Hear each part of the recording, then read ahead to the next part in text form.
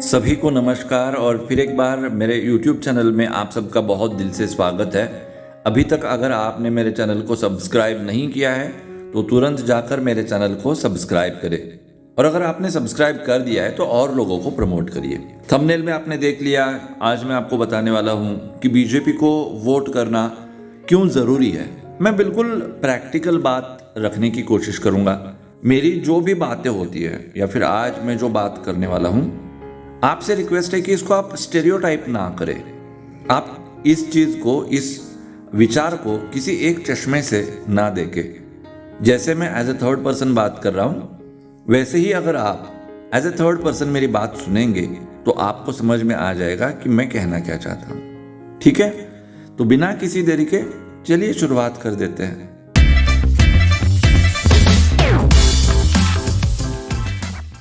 एक ही सवाल जिसका जवाब आज मैं दूंगा कि 2024 के चुनाव में बीजेपी को ही क्यों वोट करना चाहिए। अभी चुनाव जो है वो शुरू हो चुके हैं, समझ में नहीं आ रहा 19 खत्म हो गया, 20, 21, 22, 23, 24 ऐसा लग रहा था कि एक साल बाद चुनाव है, 6 महीने बाद चुनाव है। And we are going through polls now.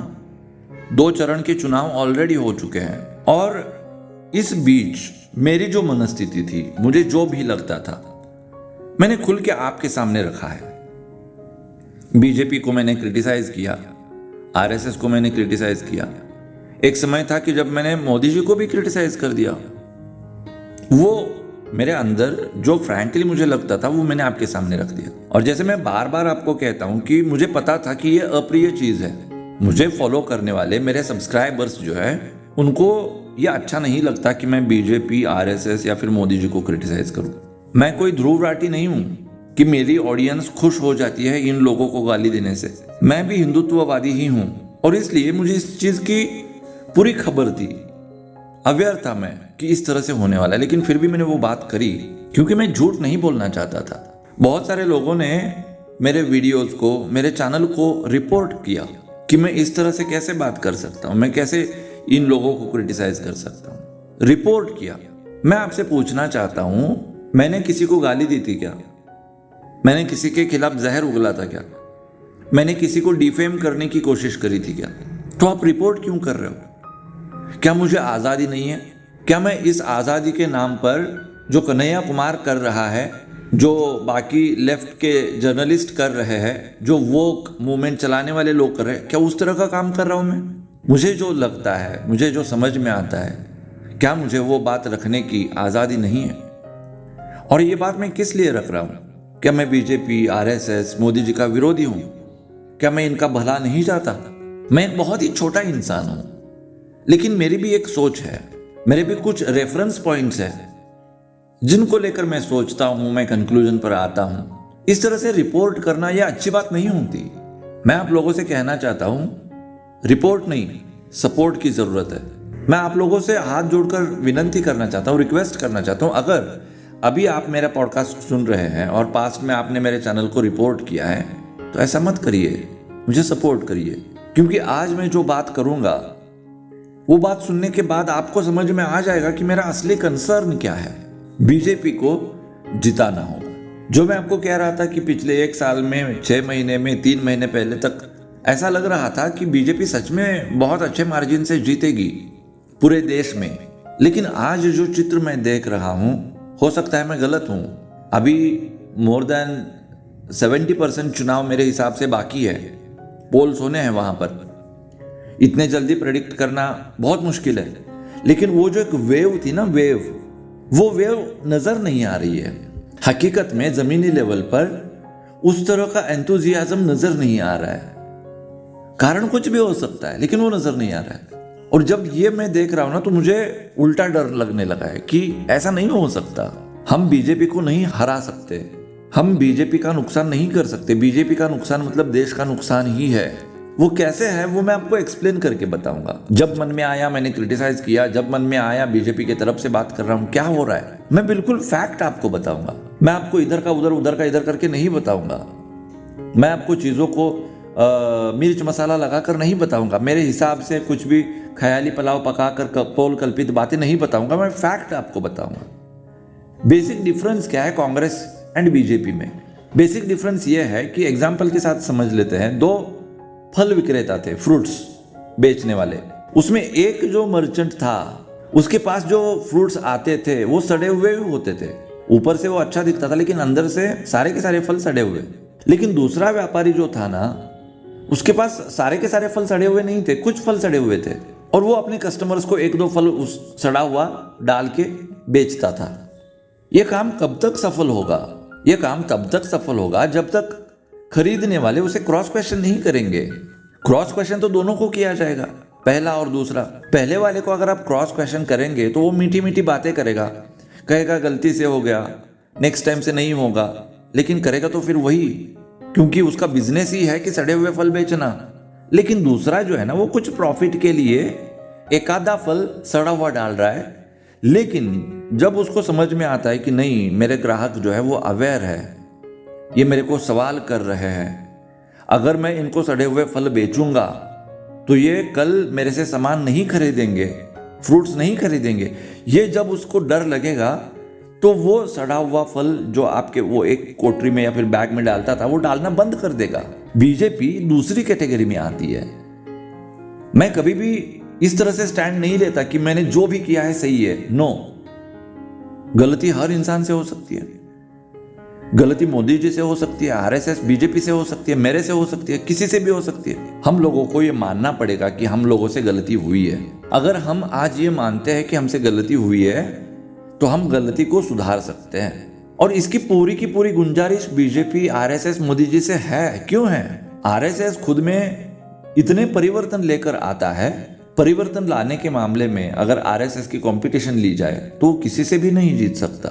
एक जमाने में शॉर्ट पैंट पहनते थे, चड्डी, लेकिन आज फुल पैंट, मतलब पैंट पहन रहे हैं हम लोग। संघ में, संघ का जो गणवेश है वो बदल चुका है। समय के साथ बदलना, कालानुरूप बात करना, ये संघ से ही हम लोगों को सीखना पड़ेगा। और इसलिए संघ ये जो उसकी गलती हो रही है इसको भी सुधारेगा, मुझे पूरा यकीन है। और जब संघ सुधारेगा तो बीजेपी भी सुधर जाएगी। बीजेपी को सड़े हुए फल बेचने में कोई इंटरेस्ट नहीं है, लेकिन करना पड़ता है। अब वो जो बीजेपी ने किया है ना, अब मैं तो बीजेपी नहीं हूं, मैं तो बीजेपी का कोई लीडर, कोई नेता, कोई पदस्थ नहीं हूं, लेकिन उन चीजों की मैं जिम्मेदारी ले रहा हूं। चलिए, मैं जिम्मेदारी लेता हूं कि उनसे गलती हो गई। अब उस गलती की सजा उनको अगर वोट ना करके या फिर नोटा दबा के हम देते हैं तो कांग्रेस सत्ता में आ जाएगी। और ये मैं आपको डरा नहीं रहा हूं, प्लीज, मैं आपको डरा कर वोट नहीं मांग रहा। मैं आपको जो फैक्ट है ना वो फैक्ट बता रहा हूं। मैं अभी तक उनका सत्ता में आना तय भी नहीं है और वो हेरिटेज टैक्स की बात कर रहे हैं, वो वेल्थ रीडिस्ट्रीब्यूशन की बात कर रहे हैं। ये बात उनको क्यों करनी पड़ी? क्यों 2004 में मनमोहन सिंह ने कहा था कि देश के संसाधनों पर सबसे पहला अधिकार माइनॉरिटीज का है? क्यों सैम पेट्रोडा का वो बयान आता है, सत्यनारायण का, कि अमेरिका जैसी टैक्स पद्धति भारत में हम लोगों को करनी चाहिए? कितनी गलत गलत बातें उन्होंने अपने मैनिफेस्टो में लिख रखी है कि हम 370 को हटा देंगे।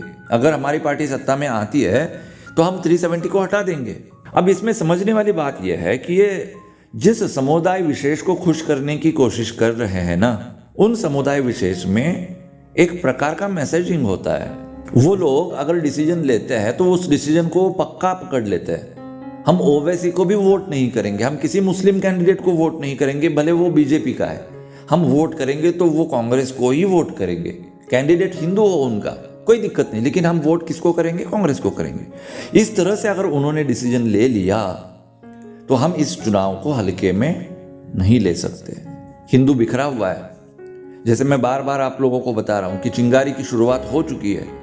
जिस तरह का सेक्युलर हिंदुत्ववाद Modi ji, BJP and RSS अपना रही है, ये भारत के हिंदू समाज को समझ में नहीं आ रहा, अच्छा नहीं लग रहा।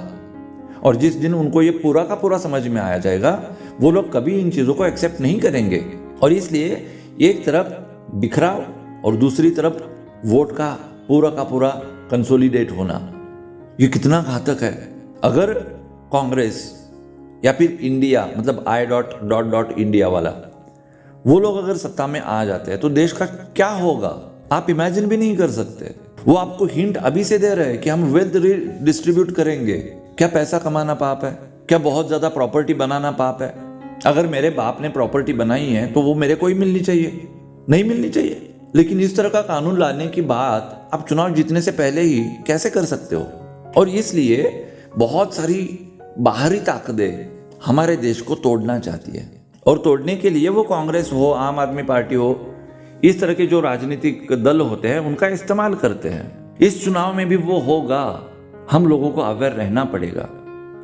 दिस इज वेरी अनफॉर्चुनेट कि अगर बीजेपी सच में हिंदुओं के लिए काम करती, सच में डेवलपमेंट का काम करती, तो हम उसी मुद्दे पर आंख बंद करके चुनाव जीत जाते। लेकिन हो गई ना गलती हम लोगों से कि हम सिर्फ डेवलपमेंट की बात नहीं कर सकते, सिर्फ हम हिंदुत्व की बात नहीं कर सकते, हमने उस तरह से फुटप्रिंट नहीं छोड़ी है पीछे। लेकिन मैं आपको रिक्वेस्ट कर रहा हूं कि यह गलती फ्यूचर में नहीं होगी, और अगर होगी भी ना तब भी हमारे पास बीजेपी को चुनने के अलावा कोई ऑप्शन नहीं है। वो लोग ओपन में कह रहे हैं कि हम देश को तोड़ देंगे, कांग्रेसी लोग। एटलीस्ट बीजेपी ओपन में तो नहीं कह रही ना कि हम इस देश को तोड़ देंगे, वो अपनी तरह से काम कर रहे हैं। एंड मैं बार बार आप लोगों को बता रहा हूं कि आंख मूंद कर किसी के ऊपर भी भरोसा करना ये अच्छी बात नहीं होती। हम लोगों से ये भूल हुई है। जैसे मैं बीजेपी को ब्लेम कर रहा हूं कि उनसे कुछ गलतियां हुई है, बीइंग सिटीजन, बीइंग वोटर, हमने अंधा विश्वास रखा।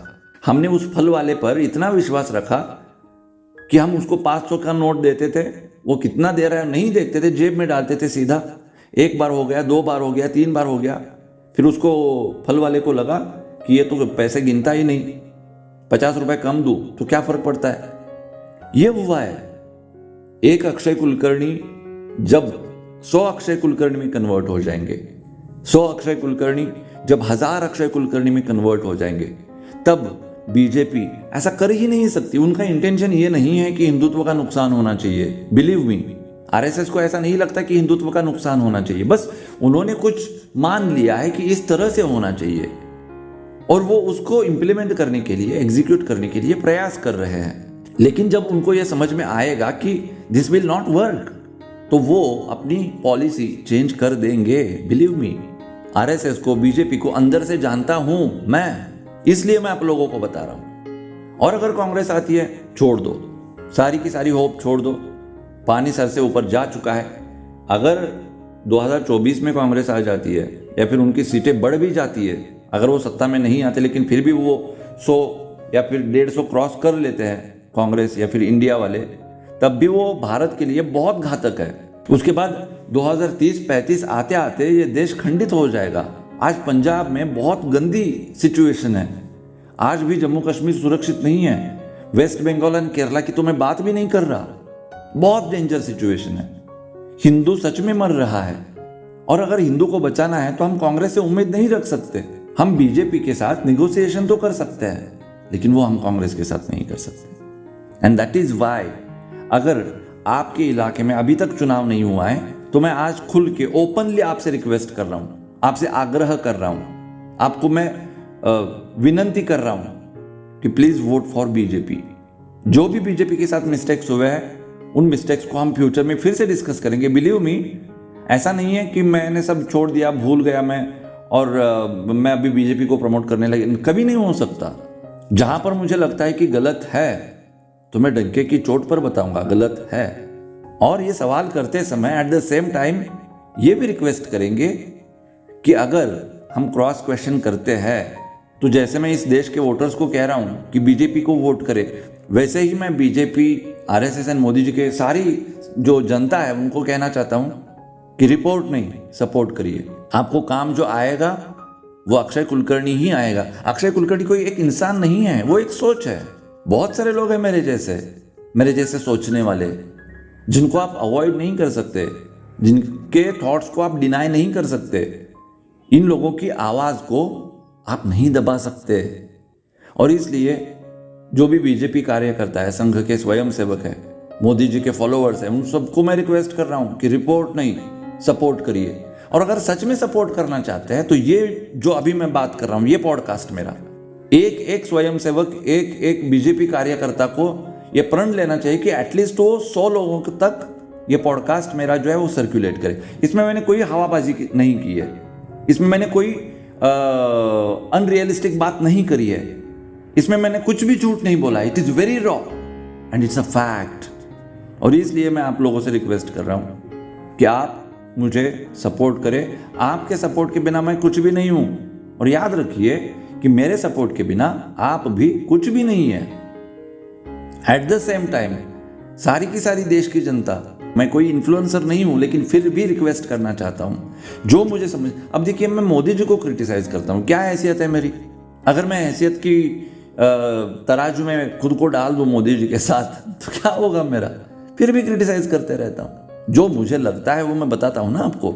वैसे ही मुझे जो अंदर से लग रहा है, अगर देश को बचाना है तो आपको बीजेपी को वोट करना ही होगा एट एनी कॉस्ट। जब गाली देनी है देंगे, जब क्रिटिसाइज करना है करेंगे, लेकिन हम कांग्रेस के साथ डील नहीं कर सकते, नहीं कर सकते, नहीं कर सकते। देश और धर्म हम लोगों को कभी माफ नहीं करेगा। और इसलिए फिर एक बार दोबारा मैं आपको रिक्वेस्ट कर रहा हूं कि please vote for BJP, vote for BJP. बार बार बता रहा हूं कि वोट फॉर बीजेपी, ठीक है? अगर आपको मेरी बातों में सच्चाई नजर आती है, अगर आपको लगता है कि मैं जेन्युइनली बात कर रहा हूं, तो और सिर्फ तो मेरे इस पॉडकास्ट को लाइक करें, कमेंट करें, या फिर आप मेरे इस पॉडकास्ट को आराम से डिसलाइक भी कर सकते हैं, वो आपकी मर्जी, ठीक है? दोबारा आऊंगा मैं आपसे मुलाकात करने के लिए। तब तक आप सब लोग ख्याल रखिए खुद का, उनका भी ख्याल रखिए जिनसे आप मोहब्बत करते हैं। Love you all. वंदे मातरम, जय हिंद एंड नमस्कार।